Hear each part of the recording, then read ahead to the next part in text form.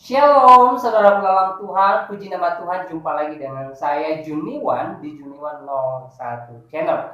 Saudaraku dalam Tuhan, di kesempatan ini saya kembali berbagi berkat rohani, pastinya memberkati saudara sekalian dan membuat saudara sukacita.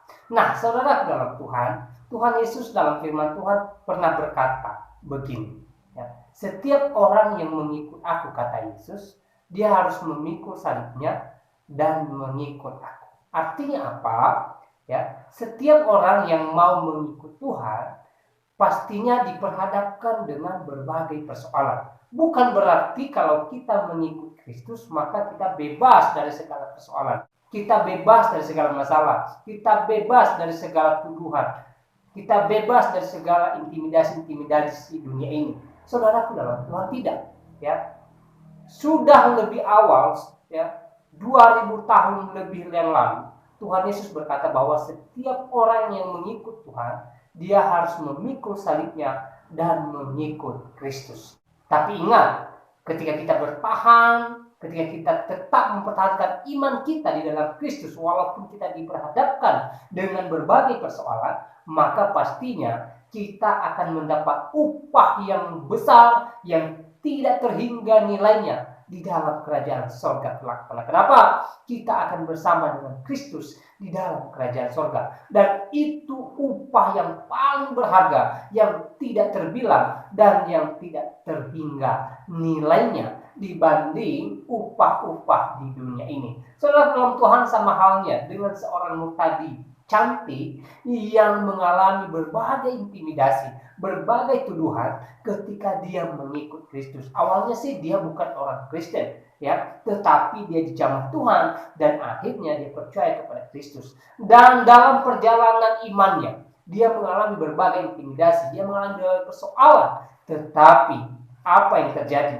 Ya, hal itu tidak membuat imannya kendor, tidak membuat imannya lemah, tetapi dia semakin diperhadapkan dengan badai, ya, imannya semakin kokoh di dalam Tuhan. Saudaraku dalam Tuhan, kesaksiannya sangat luar biasa. Setelah saya menontonnya, saya sangat terberkati, dan saya percaya ketika menonton video ini, saudara pastinya terberkati juga. Untuk itu, ya, sebelum kita sama-sama menonton videonya, ya, subscribe channel ini supaya berkembang untuk kemuliaan nama Tuhan saja.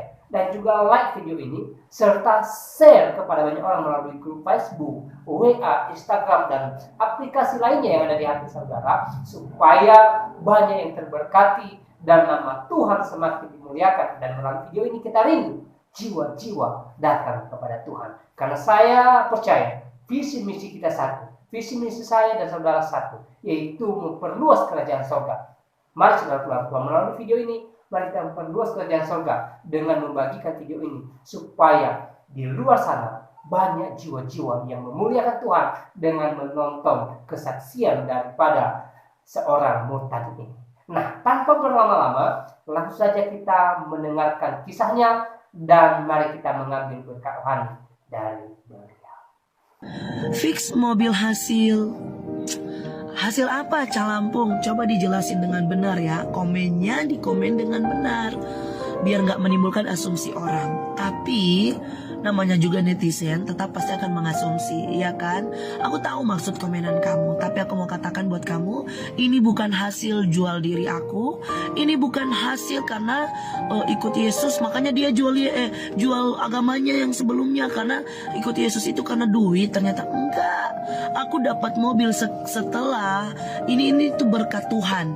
Aku mendapatkan berkat Tuhan ini setelah aku hidup di dalam Yesus 7 tahun. Seperti itu. Artinya setelah 7 tahun aku hidup di dalam Yesus, mengiring Yesus. Dan ini tuh gak pernah terpikirkan oleh benak pikiran aku, gak pernah timbul dalam setiap pikiran aku. Makanya kan firman Tuhan katakan, apa yang belum pernah timbul di dalam hati, timbul dalam pikiran, apa yang belum pernah didengar oleh telinga, itulah yang akan Tuhan sediakan, itulah yang akan Tuhan kerjakan.